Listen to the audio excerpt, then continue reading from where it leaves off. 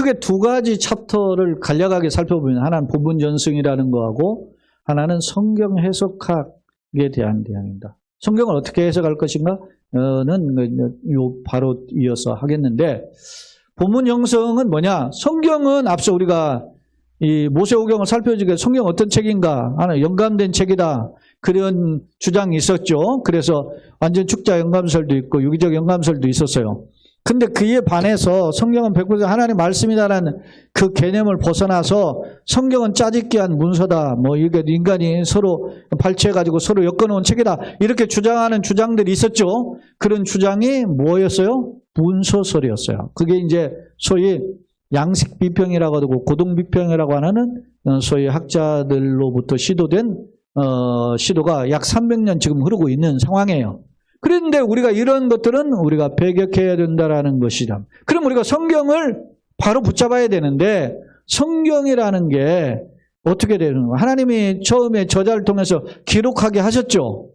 근데 그 성경을 가리켜서 뭐라고 부르죠? 원본이라고 그래요. 원본. 네? 성경 원본이 있을 거 아닙니까? 근데 이거를 구약 시대에는 어떻게 했어요? 후대 사람들을 위해서, 다른 사람들을 위해서 자기가 가지고 하나님 받은 이 성경을 어떻게 해요? 베껴서 적어가지고 전달하죠. 우리도 뭐 조선시대에 보면은 말이죠. 붓으로 다 그것을 적지 않습니까? 네? 지금이사 막, 소위 무슨 분이에요? 영인분이잖아요. 판권을 활판본으로 막 찍어가지고 확 나오잖아요. 옵셋 인쇄로 하거나, 뭐 이렇게 하잖아요. 그렇게 하는 시대가 아닌 때는 어떻게 다 베껴서 적었어요. 이것을 뭐라고 해요? 필사본이라고 하는 거예요. 필사본이라고도 하고 그냥 사본이다. 그렇게 표현을 해요. 그러면은 원본은 지금까지 우리에게 전해지는 게 없어요. 그러니까 베껴 적은 것만 전해지는데 베껴 적은 전해지는 것 중에 여러 본들이 있단 말이에요. 예를 들어 여기 지금 사마리아오경, 사회전 뭐 이렇게 여러 사본들이 있어요. 그런데 그런 사본 중에 어떤 게 제일 권위가 있느냐라고. 근데 베껴 적은 것 내용을 보면 어떤 것이 성경은 같기도 하지만 대부분 같지만 다른 부분들이 발견이 돼요. 그럼 어떤 게 진짜냐 이런 논란이 될 거 아닙니까? 그럴 때 그러면 어떤 사본을 우리는 채택해야 되느냐라고 하는 그런 이제 그 기로에 서 있는 거죠. 자, 한번 봅시다. 아직 진행 안 했는데. 첫째, 사마리아 오경입니다. 창세기부터 신명기까지 오경이니까 사마리아 오경이니까 창출, 레민, 신명기까지잖아요. 그러니까 현존 오래된 사본 중에는 주후 1100년의 경, 그러니까 주후면은 AD잖아요.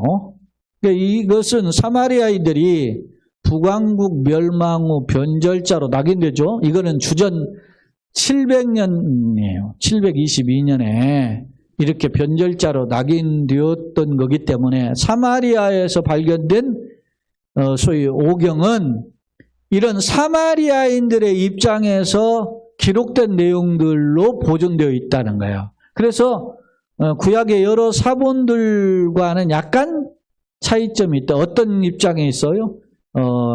소위 북왕국의 입장에서 기록된 근거가 있다는 겁니다. 최근에 들어서 많은 소위 인정을 받는 사본 중에 하나가 사해 사본이에요. 데드와는 또 띄어쓰기에 가야 되는 붙어버렸네요. 근데 이제 그 사해 사본인데, 요게 사해 사본은 1946년에서 1956년에 발굴이 됐어요. 어디? 사해 동굴에서 항아리 속에 있는 이 두루마리들을 발견이 된 거예요. 두루마리나 파피루스 이런 게 발견이 됐는데, 그 학자들이 그러면 이게 언제 기록됐는가를 역사를 추정해 보니까 기원전 100년은 200년 그 이전 것으로 보여진다라는 거예요. 그러면 사해 사본에서 발견된 동굴들이 어떤 동굴이냐면 소위 쿰란 공동체의 동굴로 부른 거예요. 쿰란 공동체는 어떤 거냐면 이스라엘 땅이 외세의 침략과 핍박, 억압에 계속되다 보니까 어떻게요? 속세를 떠나서 피신해서 어디에 무리를 지어서 생활하는 사람들이 어디에 들어가서요? 사해바다 주변에 그 일종의 막 그 암벽, 이런 어떤 그냥 파면 잘 파지는 그런 암벽, 그런 암벽에 들어가서 동굴에서 기거를 해요. 이런 사람들을 가리켜서 쿰란 공동체라고 이야기해요. 근데 이 쿰란 공동체가 예수님 시대 쿰란 공동체 사람들이 대표적인 게 에세네파예요. 에세네파. 예수님 시대에 4대 분파가 있다 그랬죠. 사두개파, 바리새파, 에세네파, 그리고 젤로 땅, 이렇게 4개 분파가 있어요. 젤로 땅은 독립운동가라고 보면 사두개파는 대제사장 중심의 현실주의자들이고 바리새인은 율법 중심의 학자들이고 이 에스네파는 이도저도 싫다 해서 소위 독닦고 수도승으로 사는 사람들이 에스네파예요. 근데 이들이 어디 가서 생활하냐면 쿰란 사해 동굴에 가서 사해바다 근처의 동굴들에 가서 거기서 살았다. 그게 어마어마한 동굴들이 많아요. 그런 곳에서 이 발견된 사본이 사해 사본인데 놀라운 거는 이 사본이 마소라 사본하고 내용이 거의 일치한다 라는 점이었어요. 그래서 사해 사본이 발견됨으로써 사해 사본의 권위도 올라갔지만 누가 인정을 받았냐면 마소라 사본이 인정을 받게 더 권위가. 한번 봅시다. 자, 70인역. 자, 보세요. 원본이 있죠. 그걸 번역한 게 사본이죠.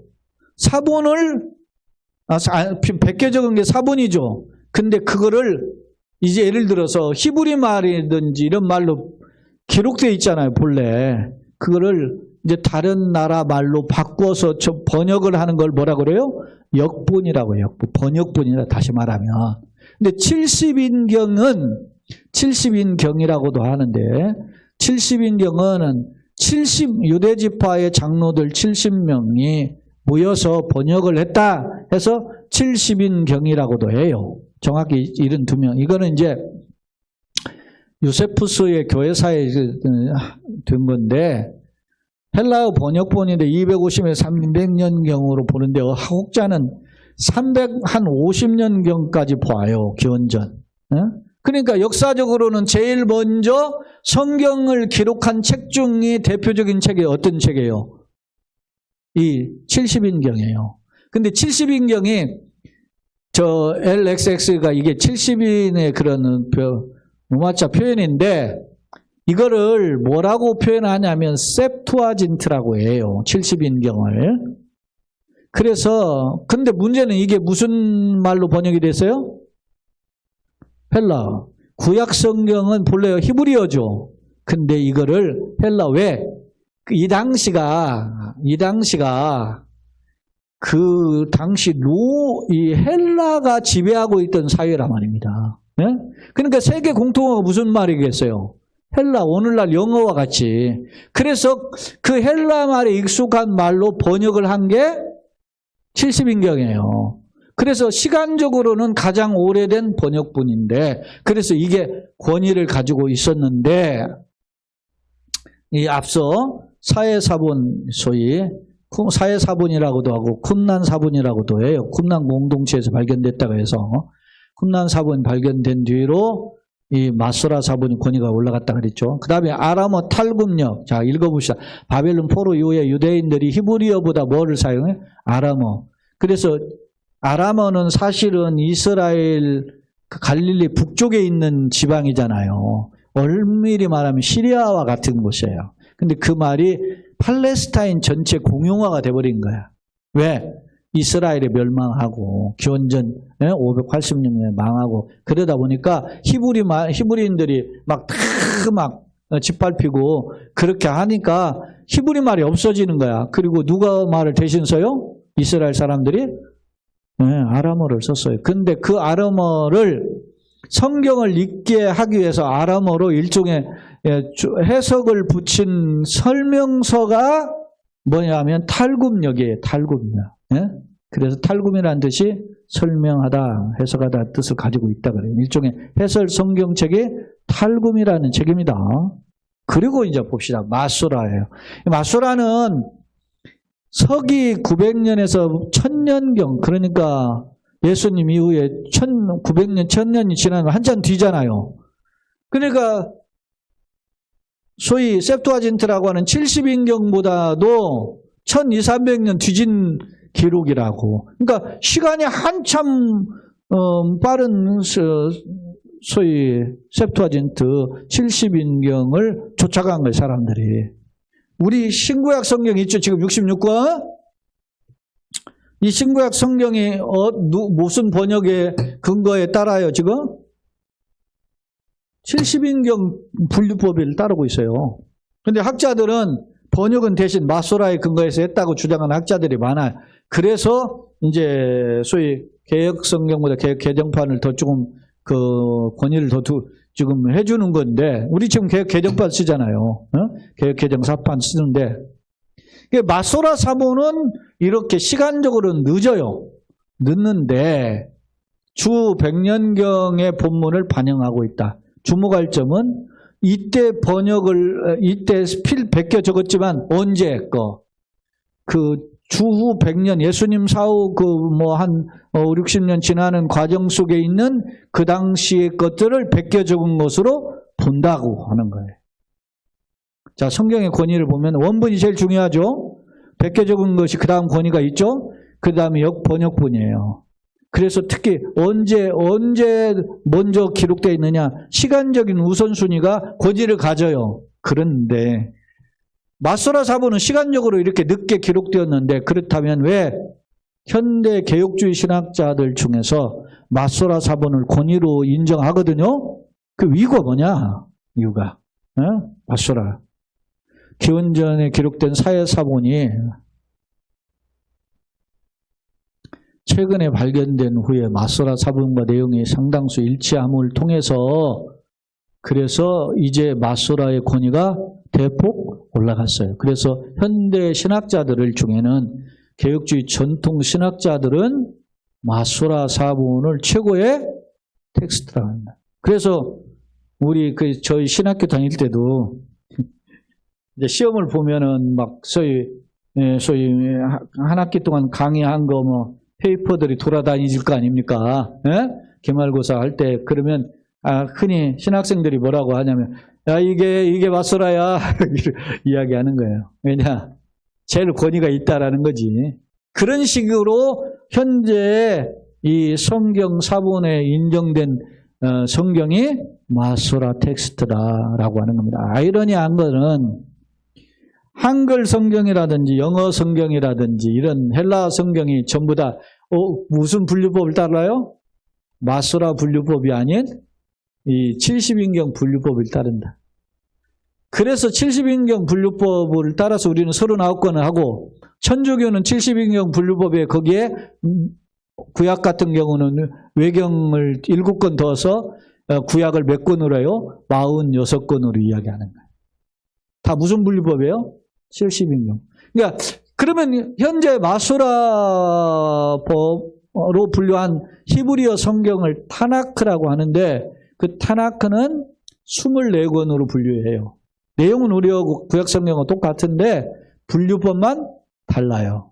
엄밀히 따지면 우리도 사실 그렇게 분류를 처음부터 배웠어야 되는데, 이게 지금 우리가 개신교도 140년 됐잖아요. 140년 동안 이런 분류법을 따르다가 어느 날 바꿔봐요. 그러면 혼란이 올 거 아닙니까? 근데 그것이 그렇게 목숨 걸 일이 아니기 때문에 그냥 그 분류법을 따른다, 그런 것입니다.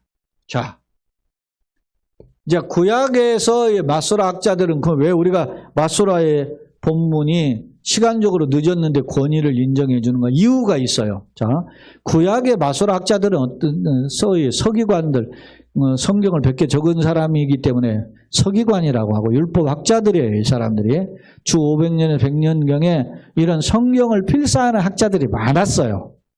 근데 그들이 다음 내 후배들을 위해서 성경을 어떻게 물려주기 위해서 어떻게요? 베껴 적었단 말입니다. 아직 다 안 했어요.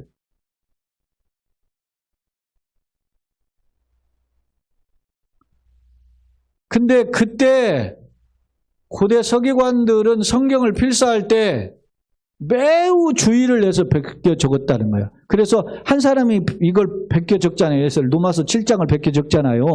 베껴 적으면 그 다음 사람이 그 베껴 제대로 적었는지를 검토를 했어요. 그 베껴 적은 내용을 몇 번 검토하냐면 보통 5번 검토해서 오류가 나면 이걸 어떻게 했어요? 폐기했어요. 그러니까 마소라가 사본이 번역이 이 필사가 얼마나 중요하게 필사했는지를 알 수 있다. 그런 겁니다. 자, 마소라서 필사 단계 한번 봅시다. 자음만 가지고 있던 이게 몇 중요한 말인데 원래 히브리어는 모음이 없어요. 근데 모음이 없으면 발음이 되지 않죠. 그죠? 그래 히브리어는 모음이 없고 현재 히브리어에 모음들이 있어요. 근데 모음은 다 누가 붙인 거예요?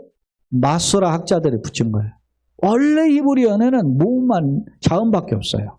알렙, 베트, 기밀, 달렙, 해, 와우, 자인 이런 식으로 쭉 나가는 그 알렙, 베트라고 하는 우리는 알파벳이라고 하잖아요. 근데 원래 히브리어 표현은 알렙, 베트라고 그러거든요. 영어로 표현하면은 ABC라고 해야 돼. 왜냐 알파벳이는 왜 그러냐면 헬라어적 표현이에요. 그게 알파, 베타, 감마, 델타, 에타, 제타, 이오타 이렇게 나가니까 그게 헬라 소위 알파벳이거든요. 근데 원래 히브리어에는 그 자음만 있어요. 그런데 자음만 있다 보니까 이게 무슨 뜻인지 발음이 안 되잖아요.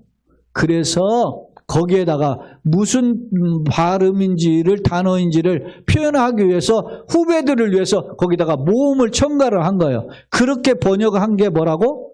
히브리어 성경이에요. 근데 뭐만 알파 모음을 안 붙였다? 하나님이라고는 여호와라고 하는 하나님 이름에는 안 붙였어요.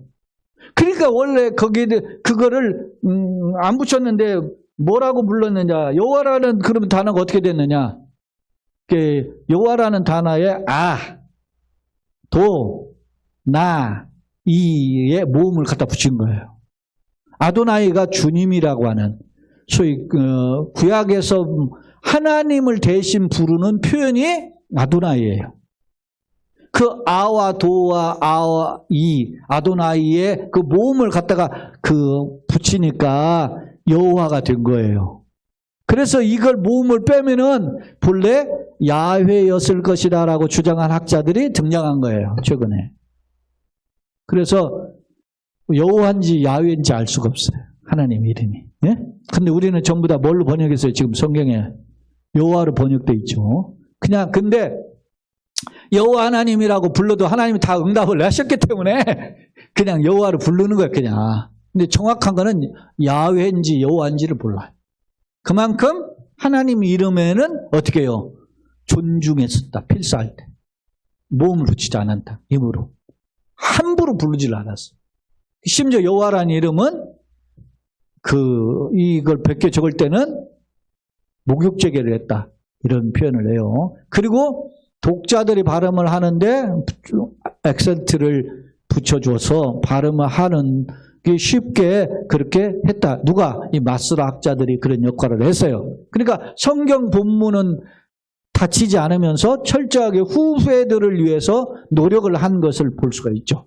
자, 또 봅니다. 이제 성경 두 번째 챕터인데 요건 이제 빨리 어떻게 그러면 성경을 해석해야 되느냐? 성경을 해석하는 원리가 있어야 돼요. 자, 첫째는 단어와 단어 그리고 문장 이런 것을 이해하는 접근법이 필요해요. 그래서 인접문맥 단어와 단어 문장을 살피는 것, 나무 하나하나씩을 살피는 가지 하나하나 살피는 그런 해석을 인접문맥 해석이라고 하고 숲을 살피는 것이 있잖아요. 산에 올라가야 보일 거 아닙니까? 그걸 전체를 살피는 문맥과 주변의 장들과 앞뒤 구절을 연결하는 그런 내용을 살피는 것이 원전 문맥이에요. 그러니까 오늘날도 누가 뭐 정치인이 누가 무슨 말 했다고 또 꼬만 딱 잡아가지고 막 비난하잖아요. 그러니까 내가 원래 문맥을 봐라 이런 말도 했는데 그 오해한 거다 뭐 이렇게 논란이 있잖아요. 그러니까 원전 문맥은 바로 그런 전체의 흐름을 이야기하는 것. 그래서 저는 그것을 나무 살피기, 숲 살피기로 성경을 살펴봐야 된다. 그러니까 우리가 학교에서도 국어 시간에 뭐 책을 읽으면 전체 줄거리를 잡잖아요. 그러니까 성경에서 항상 중요해요. 여러분 성경 읽으실 때 이게 2장 오늘 노마서 7장 했잖아요. 노마서 7장은 어떤 겁니까? 제가 단어 이 제목을 그냥 뽑는 게 아니에요. 읽어보고 또 읽어보고 뭔 다 제목이 나을까 그렇게 해서 정리해보는 거죠. 그런 훈련을 계속 하셔야 돼요. 전체의 줄거리, 제목을 뽑는 거, 주제를 잡는 거 이런 거. 그런 문맥을 해석하는 접근이 필요하다. 그 다음에 이제 봅니다. 역사의 맥을 이해하라. 이건데 이것을 성경은 역사 속에서 주어졌잖아요. 그러니까 현실의 눈을 가지고 오늘 보세요. 노마서 7장에서도 여인이 결혼을 하면 남편에게 매였잖아요. 지금은 마음대로 살잖아요.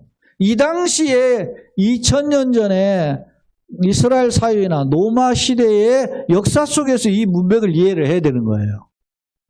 야, 이거 고리타분하다, 오늘날. 그렇게 하면 안 되고, 그 당시에 역사의 배경과 이 단어가 주는 의미가 무슨 뜻인지 앞서 이야기했잖아요. 육신이라고 하는 사륵스는 이 헬라어에 몸을 가리키는 단어가 원래 소마라는 단어가 있어요.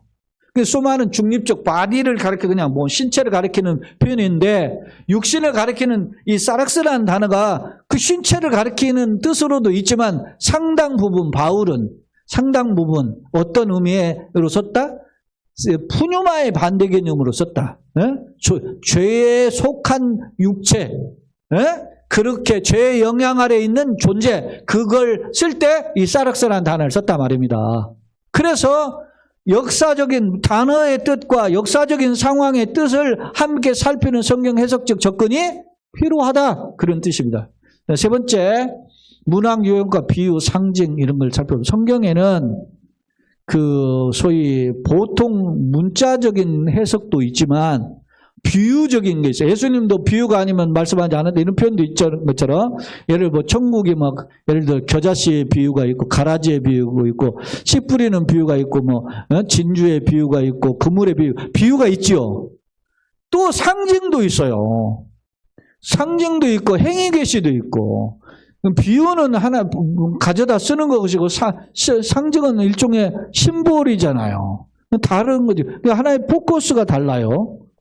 그 다음에 또 뭡니까? 행위 계시, 행동을 통해 가지고 그 모습을 통해서 전하는 거예요. 예를 들면 예레미야 선지자에게 뭐라고 해? 너는 내 몸에도 허리띠를 두렸다가 띠를 가져다가 바이텀에 넣었다 꺼내라. 그러면서 그 띠를 보니까 꺼내니까 어떻게 해요? 썩었잖아요. 이스라엘이 이와 같다라는 그런 것으로 상징도 하고 그리고 가서 헐벗고 벗은 몸으로 산다는 거. 너 왜 이렇게 살아? 그러니까 이스라엘이 이렇게 벗은 몸처럼 끌려갈 것이다. 이런 행위 계시도 하게 하셨다. 그런 성경 속에서 그때로는 그 비유와 상징 이런 것들을 살펴야 되고 때로는 우리가 이 로마서 같은 것은 산문이지만 시편 같은 건 시가서잖아요. 그러니까 운문으로 기록되어 있는지 산문으로 기록되어 있는지 운문이라는 것은 운이 있다라는 거예요. 운. 두운, 가군, 요운 그런 게 있잖아요. 그죠? 그 다음에 우리 시에서는 기승전결이 있잖아요. 그리고 시조에서는 다 틀려도 종장의 첫 번째 세 음절은 있어야 된다는 게 시조의 원칙이잖아요. 그런 기준들이 있는데 그거를 놓쳐서는 안 된다. 왜 넘어갔지?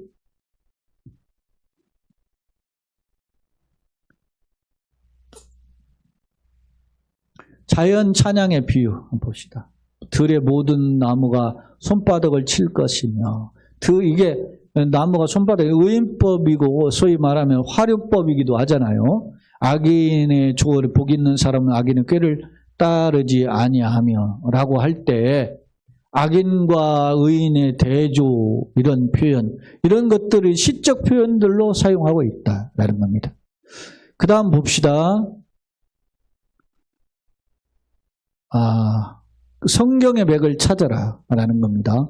이거는 성경이 독립적으로 기록된 부분도 있지만 성경의 전후 문맥이 다른 성경과도 연결이 되어 있는 경우도 있어요. 그래서 성경을 해석하게 하라. 성경의 상호 충돌하지 않고 조화를 이루도록 하라. 그런 겁니다. 자, 예를 들면 두 구절을 제가 예시를 들었어요. 사람이 의롭다 하심 없는 거, 의롭다 구원이죠. 의인이 되는 거는 율법에 행했지 않고 뭘로 되죠? 믿음으로 되는 줄 이제 누마서 3장에 나와요. 그런데 야고보 장로는 뭐라 해요? 이러고 사람이 행함으로 의롭다 하심 받고 믿음으로만 아니라 이게 왜 다른 말이 있어? 이렇게 될 수 있잖아요. 이거에 대한 두 구절을 해석함에 있어서 믿음으로 구원받는다는 것은 성경 약속과 교훈이 분명하다. 그러니까 믿음으로 구원받는 건 성경 약속과 교훈이라는 거죠. 그런데 야고보가 이걸 강조해야 되는 것은 역설이라는 거죠. 뭐예요? 구원받은 성도의 실천적 신앙을 강조하기 위함이다. 그래서 학자들은 노마서는 믿음의 어떤 뿌리를 이야기한다면 야고보서는 믿음의 열매를 강조한 표현이다. 이렇게 해석을 해요. 그러니까 성경이 서로 모순되지 않는 부분으로 되어 있는 그 접근을 해야 된다 하는 것입니다. 있나요? 이 부분만 하고 이제 마치겠습니다. 자, 이제 성경을 그러면 해석을 해야 되는데 성경 해석의 가장 중요한 대상이 본문이죠. 우리가 성경 본문이 이걸 텍스트라고 하는 성경책이 텍스트라면 주어진 상황, 내가 사는 상황이 2000년 전에 있는 상황, 아까 로마의 상황들이 나왔잖아요. 이 상황과 우리의 상황이 다르죠. 그러니까 상황과 다르기 때문에 이 텍스트와 소위 컨텍스트의 배경을 잘 조화를 시킬 수 있어야 된다. 그것을 두 지평이라고 하는 겁니다. 본문의 지평과 삶의 지평을 연결해주는 그게 이제 성경의 접근. 성경을 읽고 끝나면 안 되잖아요. 그것을 우리가 어떻게 적용할 것인가를 이야기해요. 그리고 이제 성경의 현실을 바르게 적용하라는 건데 성경의 정형성, 무호성, 영감성 등을 살피는 궁극적인 이유는 왜 그래요? 성경이 과거 사람만을 위한 책이 아니고 현대인을 위한 약속과 명령이고 따라서 살아계신 하나님의 말씀을 개인과 교회에 어떻게 적용하고 또 나아가 세상에 어떻게 증언해야 되는지를 우리가 미리 연구하고 해석하고 그것을 적용하기 위해서 우리가 성경을 이렇게 바로 적용하는 것입니다. 그래서 성경의 이 영감성이라든지 무호성이라든지 이런 정경성 이런 것들을 무시하면 인간의 기록이 되니까 우리가 이 성경이 우리의 어때요? 삶의 스탠다드가 될 수가 없잖아요. 표준이 될 수 없다는. 그래서 우리가 성경을 우리가 붙잡고 살려면 성경의 정경성, 무호성, 영감성 이런 것들을 바로 붙잡아야 한다 하는 점을 강조하고 있습니다.